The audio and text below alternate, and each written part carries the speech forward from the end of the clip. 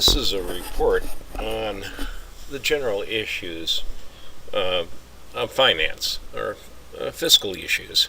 This is a very personal piece, and I'm going to come up with some ideas that you might take forward, but mind you, how you exactly do it is kind of what works for you. So, in general, what is the responsibility of a person who does collections? One is determine the funds that you need for the collection areas. The director of the library and collection officers in academic libraries will determine how many dollars you have for a collection area. But that is not necessarily a one-way direction for funding. Sometimes what you need to do is have a good idea of what the true amount of money that you need to have in a collection area, and you will report back to the people who provide the funds how much money you need and why you need it, and that will allow them to precisely determine how much money or funds that you will have for your collection areas. Then what you need to do is fairly determine that amount of money, and as I said, request the money. Once the funds are distributed, your job is to be able to spend them smoothly throughout the year. You don't want to buy things all at one time. It's not fair for yourself, and it's definitely not fair for the collection. It's not fair for the people who actually have to place the physical order and retrieve the material and catalog the material. So your job is to, one, determine what you need. When you receive how much you need, distribute them smoothly through the year. And one way to do this is to maintain personal expense files in addition to the various reports that you might get from, for example, from circulation. And another thing that you need to know is you need to know the methodology of acquisitions that occur in your library. How are things handled from the minute you place the order? What is the process that your library follows to get the item onto the shelf? So, in addition to knowing about your area, you need to have a good understanding of the library in general and its methodologies for acquisitions. Additional concerns you might have is the methodologies that you use to track these expenses. A common one is using an Excel file or some other spreadsheet system that allows you to maintain these lists. In the past, I've used database programs. Now, mind you, the database program that comes with Microsoft Office Access is very difficult to use, and it becomes much easier to use programs like Excel or spreadsheets.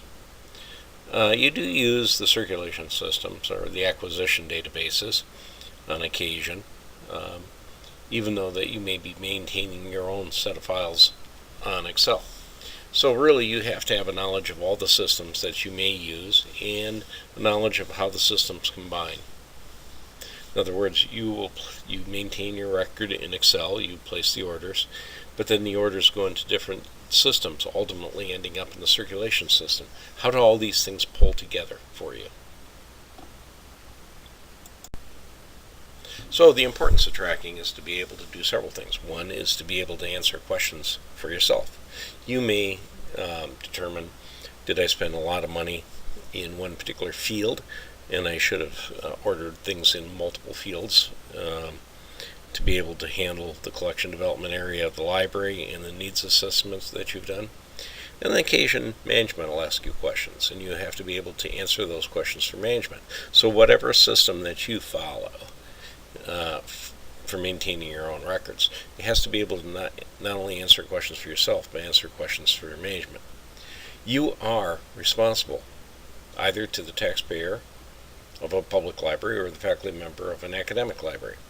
So these files should be able to answer any question that you or others ask. You also need to understand the advantages and disadvantages of maintaining personal files versus the system files, such as the circulation system or the acquisition system.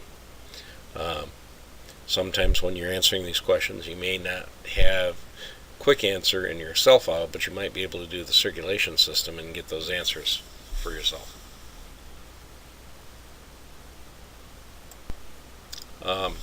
The advantages of having your own file is that you create a file that fits your specific needs. You have a good understanding of the nature of acquisitions if you happen to have your own files.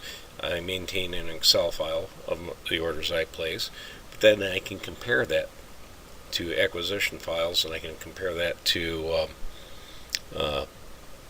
circulation files to determine if the things have been ordered, how long has it taken for these things to come in, and why did these things take a certain period of time to come in.